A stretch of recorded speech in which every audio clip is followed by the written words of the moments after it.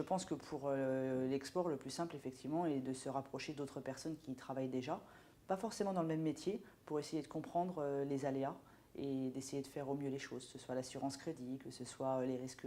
effectivement d'impayés ou les risques de sociétés qui n'existent pas, les différences de taux de change qu'il peut y avoir. Enfin, il y a différents paramètres à prendre en compte, oui. Je suis membre du Centre des jeunes dirigeants, j'en suis d'ailleurs déléguée nationale et j'anime tous les 2 mois à Paris avec un certain nombre d'autres jeunes dirigeants un comité de pilotage sur l'international. Et notre intérêt est celui-ci, c'est créer un annuaire pour faciliter aux autres jeunes dirigeants de travailler sur un pays étranger sur lequel un jeune dirigeant a déjà eu un atome crochu ou une relation particulière, mais également de faire un relais de ce qu'on peut avoir avec la COFAS, de ce qu'on peut avoir avec Business France, avec les CCI, avec les différentes portes, pour que ce soit de plus en plus lisible et limpide.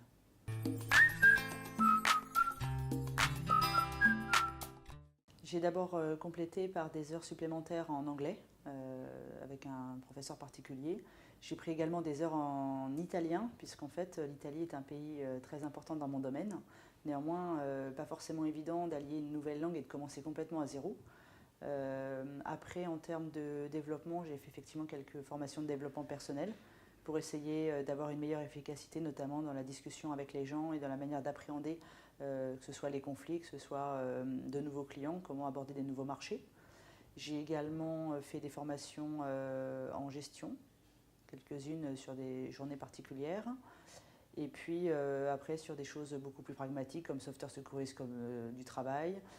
comme gestion commerciale par rapport au logiciel de comptabilité ou de facturation que nous pouvons avoir. Je pense qu'il est important de se former et que toutes les formations que l'on peut faire où l'on est plusieurs, ça permet surtout de réfléchir, de prendre du recul et de pouvoir avoir une autre vision de son métier et du parcours que l'on a à parcourir.